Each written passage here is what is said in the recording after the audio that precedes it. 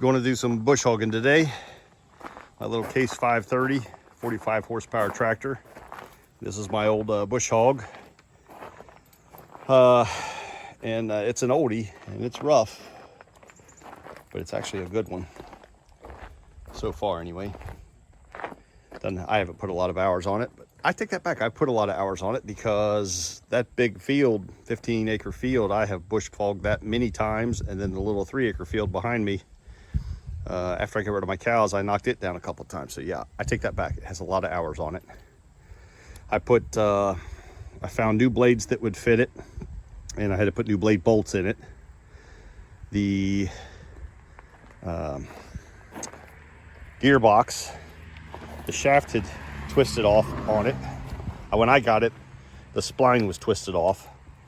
So I took an old hay bind that I had scrapped. I kept the drive shaft on it, which has this handy slip clutch. And I think I took this apart, took it to my brother-in-law who's a machinist, and he machined the hole out a little bit larger so that it could slide over the smooth part of the shaft that was left from the spline. And I cut the spline off. If I remember, I drilled a hole through it so I could put this shear bolt in it right there. This is just a set screw that actually can't get out. It's a bolt that's sharp on the end of it. It's stuck in there permanently.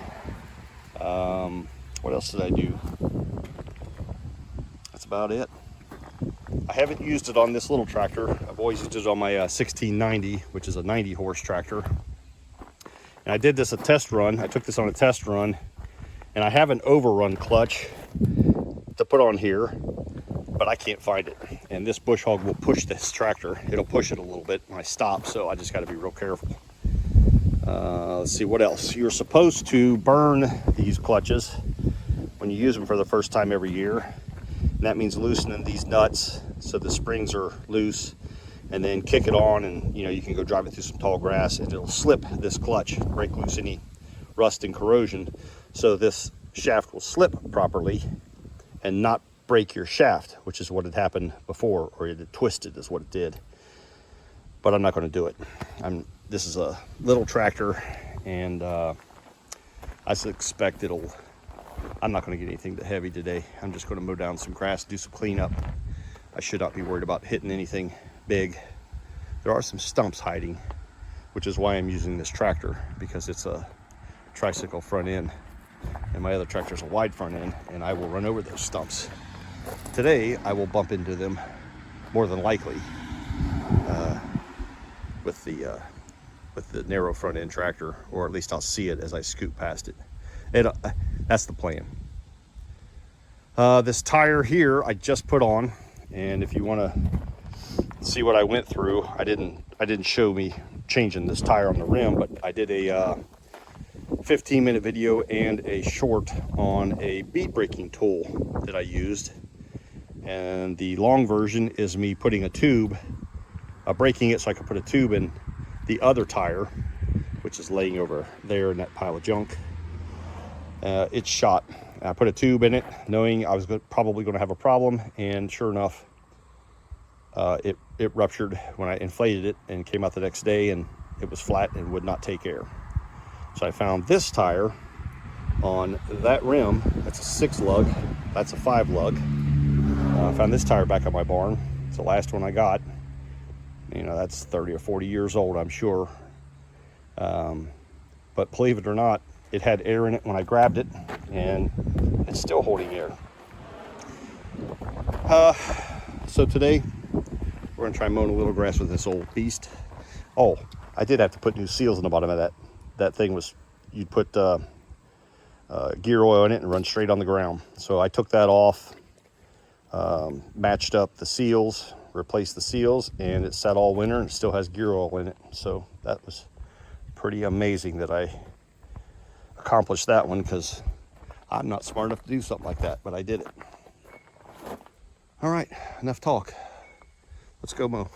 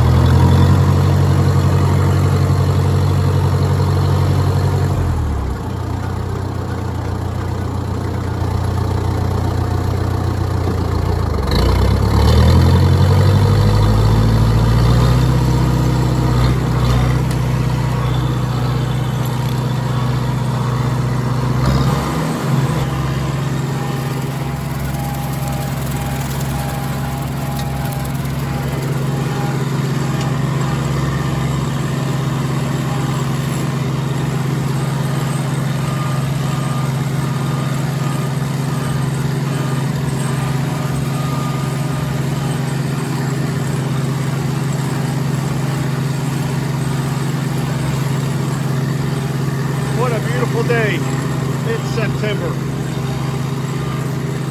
Gorgeous.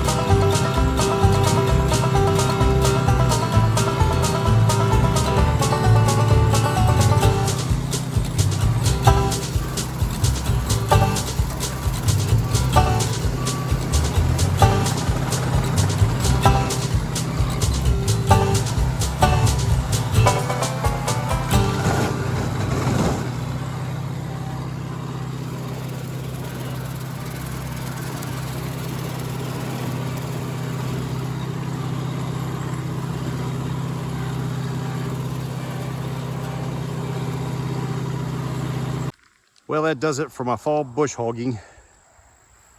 There's a little bit of cleanup to do, but there's tree limbs down and it's a mess. It's an old cow pasture. Back in the days when that field back there was cow pasture, that soybean field, and this here, and they had some woods they could go back into the back. I miss the old cows, but they're a lot to take care of. And I don't want to do that anymore. I might do one or two, but not this year and not next year. Fall's upon us. Middle of September. Waiting for my beans to turn brown. These guys back here in the back they're actually starting to make some beans. I planted those late. They need about 3 or 4 more weeks, and they'll be set and ready to go. Until next time, thanks for watching.